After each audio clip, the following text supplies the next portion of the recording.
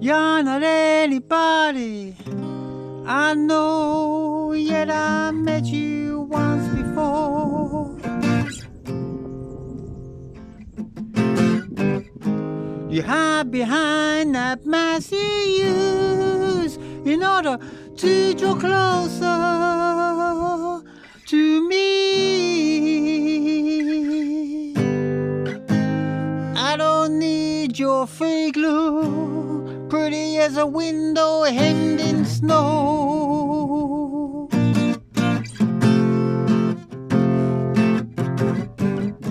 I'll open you up to reveal your naked roots.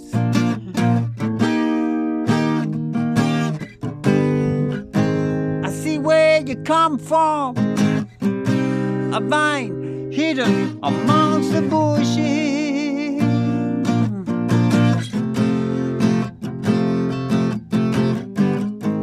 You wind yourself to the forefront, hoping to strangle out your competitor. Don't suffocate on my behalf, I really don't enjoy it.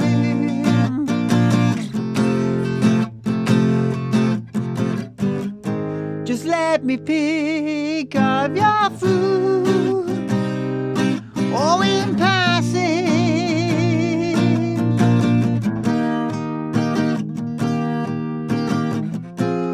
Better you grow wild, better you let go. I'd rather see you meek than scrapping for a show.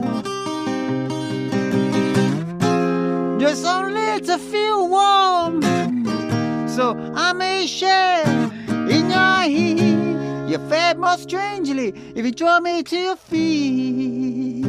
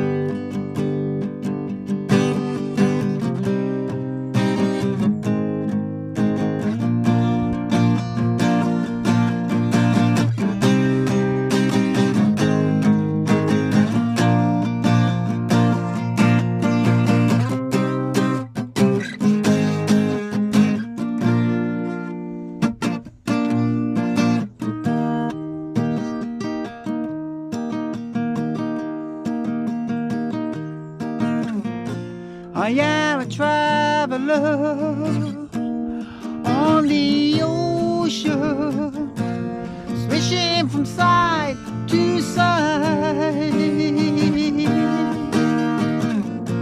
I lumber into your arms only when the moment is right.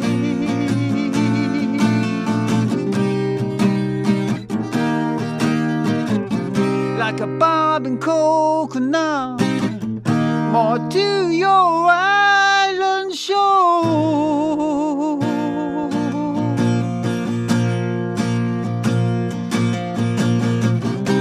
You wrap me up in your tendrils, feeling the wind.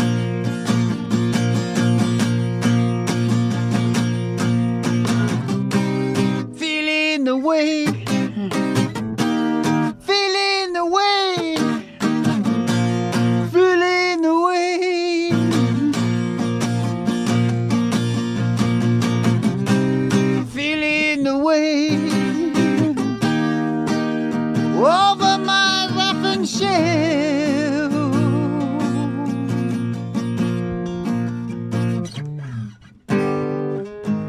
And only then can you open me up through the cracks of my soul-dried skin.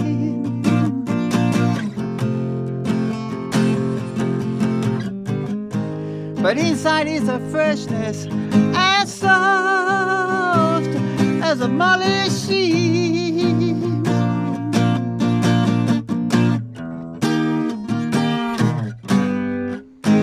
Revealing time, my hidden treasure, nurtured over countless aeons.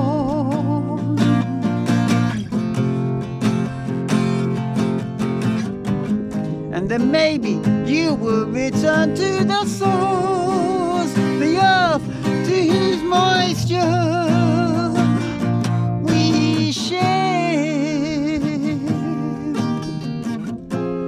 Better you grow wild, better you let go. I'd rather see you meek than scrapping for a show. Just only to feel warm, so I may share in your heat. You feel more strangely when you draw me to your feet.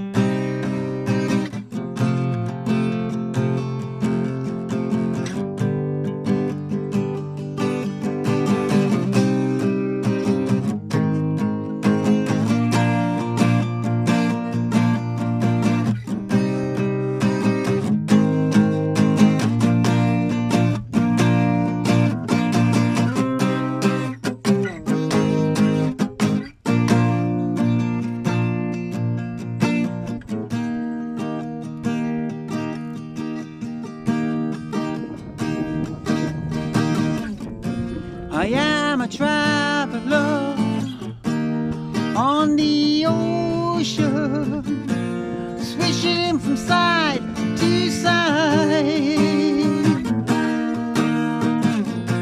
I lumber into your arms only when the moment is right.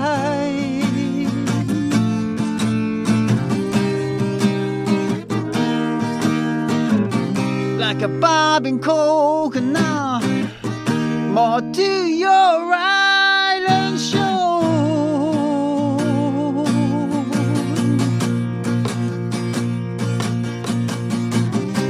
You wrap me up in your tendrils, feeling the wind.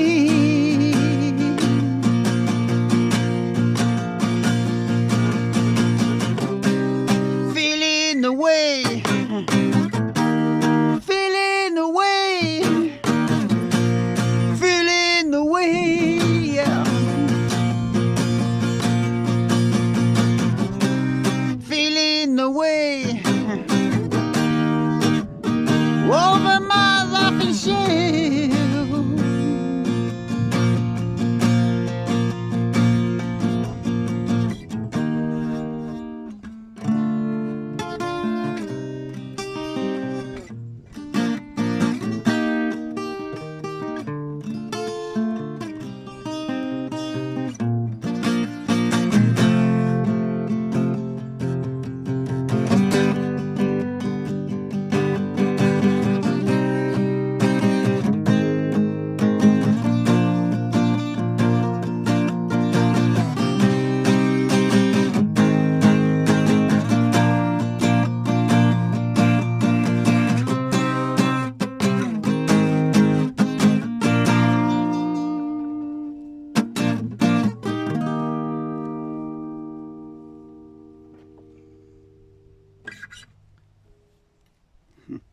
My hands are still dirty after a couple of swims and a few showers.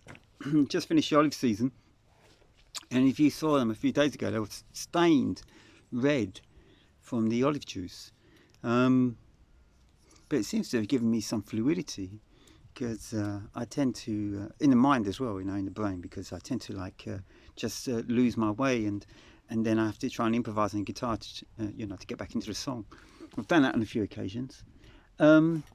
So that song was, if you like that song, I wrote that 2015, just before I headed out to Africa and the Gambia. So I left the farm on my bicycle and with my guitar and my hammock, because I always travel with a hammock. I don't use a tent. I've got a waterproof hammock and my guitar, and I started heading down the east coast of Spain. And you know, straight away I was meeting very good people, wishing me well, sharing their food with me, and then got to Almeria, then down into the door.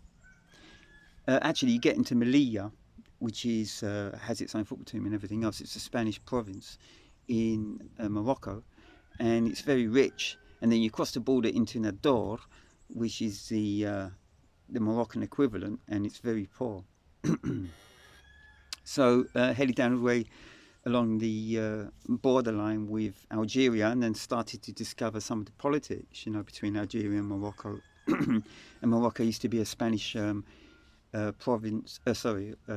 colony, and then it was given independence, and within a year Morocco invaded it, and so it's not actually recognised by practically all international countries as a Moroccan country. But it was a fantastic journey. I absolutely flew the first part of it. I would say the first 2,000 kilometres, when I went down all the way to Mezuga, to the dunes and the Casbahs. So all the tourism, they're trying to sell these prehistoric fossils they find everywhere, you know, billions of them. I mean, there are shops. They're like hairdressing shops in Britain. There are like fossil shops in Morocco. And then I went straight across to the west coast, and then just headed straight down through the Sahara Desert. You know, and I slept with camel herders. I shared food with them. Big pot in the middle, get your hand, you grab a chunk and you eat it. You don't care what the other person's been doing for the rest of the day, but you share the food with your hands, and that's it. And when someone gives you that hospitality, you know, you are one of them. And I slept with poor people and people who slept with their animals, you know, more or less in the same room, and makeshift tents, pallet beds, and all sorts of things like that. And they opened up their arms to me, and you know, we couldn't communicate a single English or Spanish word. I can't speak French, and even some of these poor people can't even speak French. You know, I was meeting fishermen and all sorts. What a fantastic journey. And then it really started to go wrong when I was in Mauritania, and then, you know, extremely ill, malnutrition. I thought I was being poisoned. I had the gendarme and the intelligence of the Moroccan government, intelligentsia, following me for quite a lot of the distance, especially when I was going through Western Sahara, which is an illegal occupation by the Moroccans. And then I later discovered, which is really interesting, because the king of Morocco was in Russia. And one of the things that Morocco has, which they share with Russia, is resources in phosphates, which is quite a rare resource. You have to, there's only about 4 or 5 great mines in the world, and Western Sahara has one, and Russia has some. So they're all making deals between them. And so the king was due to come back literally the day, or within a few days of me arriving as well. So everyone was wondering, oh, who's this guy? He's just about to come when our king comes back from Russia, and you know. So I was going in and out of military bases. I was really pissing them off.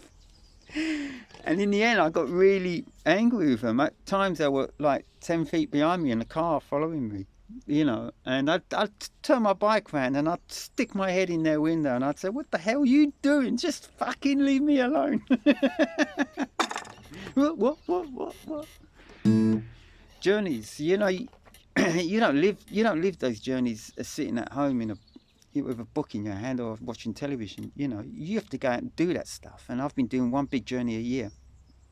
But that was my second huge journey, I would say. That was 5,500 kilometers, which took me 3 months. I was living 3 months on the road, and ultimately, when you're living on a few hundred euros, which is what I was doing, even though €1 can get you 10 loaves of bread, I was Oh, there's so many stories. I don't have the time here to actually tell you. Read my book. Yeah, it's called Thank God for Islam, because all I saw was Islamic hospitality along the way. And obviously, when I got to the Gambia, it's Christian as well, you know, but it's mainly Islamic all the way, you know. So I call it Thank God for Islam. And so that song, I had a Catalonian girlfriend then, and I met her in Cambrils, not far from here, about 30 kilometres. And so I wrote that song, The Vine That Grows Wild. And so it was a basic way of actually inferring that a relationship was over and I'm going away, you know. And you just get on with your life, and I'm going to do my thing. And you know, so my destiny and my inner voice and my you know, my love of poor and meek people, just like Jesus and many others, is tantamount to my destiny. It's something that I cannot refuse myself. So when I go on a journey, I am meeting culture head on, and I'm bringing something of my own culture, which is very itinerant and as a messenger with an inner voice. And I don't go around preaching. I don't go around talking much about God or spirituality or anything really. I just meet people, and they could be from all streets of life, you know, gangsters, and I met mafia, and I met, like, you know, the corrupt frontier guards, and I met the intelligence, and I met the military, and I met, you know, on this journey, it's fantastic.